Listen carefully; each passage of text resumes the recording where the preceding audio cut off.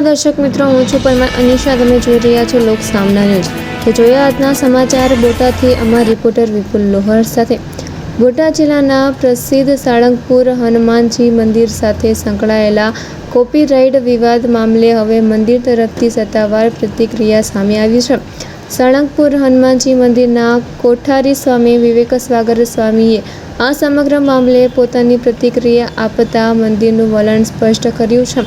Copyright વિવાદને લઈને ચાલી રહેલી ચર્ચાઓ વચ્ચે તેમની આ પ્રતિક્રિયાને મહત્વપૂર્ણ માનવામાં આવી રહી છે.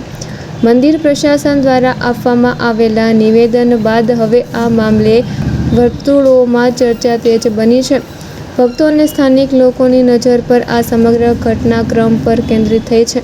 કોપીરાઇટ વિવાદ અંગે મંદિર તરફથી આપવામાં આવેલી પ્રતિક્રિયા બાદ આગામી દિવસોમાં આ મામલો ક્યાં વળાંક લે છે તે જોવું રહેવાનું છે. જય શ્રી સ્વામિનારાયણ. જય કષ્ટભંજન દેવ. શ્રી કષ્ટભંજન દેવ હનુમાનજી મંદિર સાળંગપુર ધામ વતી હું સ્પષ્ટતા કરું છું. કોપીરાઇટ માત્ર કિંગ ઓફ સાળંગપુરની મૂર્તિની સુરક્ષા માટે છે. હનુમાનજી તો સૌના છે.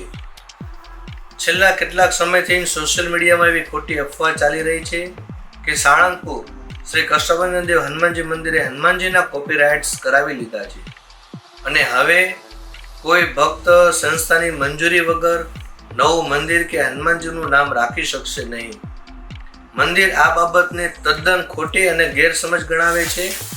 વાસ્તવિકતા અને કાયદાકીય પગલાંનું આ કારણ છે. સાળંગપુર ધામ ખાતે કિંગ ઓફ સાળંગપુર જે 54 ફીટની ઊંચી મૂર્તિ દાદાની સ્થાપના થઈ, તેના કેટલાક લેભાગુ તત્વો અને ધંધાદારીઓએ ભક્તોને છેતરવાનું મોટું નેટવર્ક શરૂ કર્યું છે. નકલી પ્રસાદ અને સાહિત્યની અંદર પણ સાળંગપુર ધામના નામે નકલી મૂર્તિઓ, સુવર્ણ વાઘાના ફોટાઓ, માળા અને દોરા તિલકનું ગેરકાયદેસર વેચાણ શરૂ કરાયું છે અને ઓનલાઈનમાં પણ ખૂબ મોટા પાયે છેતરપિંડીઓ ચાલુ રહી છે. સાળંગપુર ધામની નકલી વેબસાઇટ અને સોશિયલ મીડિયાના પેજ બનાવી ઘોડા ભક્તો પાસેથી નકલી રૂમ બુકિંગ, દાન અને સેવાના નામે કરોડો રૂપિયા પડાવવામાં આવી રહ્યા છે.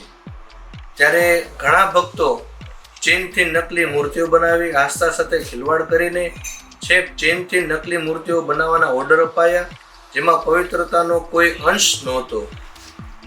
નકલી ટ્રેડમાર્ક એક વ્યક્તિએ તો સાળંગપુર ધામના નામે જ વર્લ્ડ ટ્રેડમાર્ક મેળવવાના કાનૂની અરજી કરી દીધી હતી.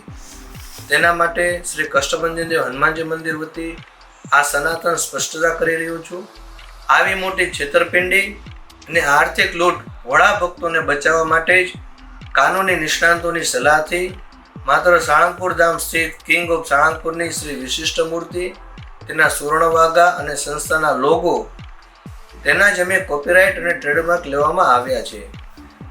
અંજની પુત્ર હનુમાનજીના નહીં, ભગવાન હનુમાનજીના નામ, જાપ, પૂજા, અર્ચન, ભક્તિ કે નવું મંદિર સ્થાપવા માટે સંસ્થાને કોઈ જ વાંધો કે વિરોધ નથી.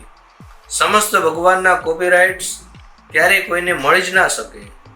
હનુમાનજી સદાય સૌના હતા, છે અને રહેશે. એમના પર કોઈ એકનો અધિકાર હોઈ ના શકે.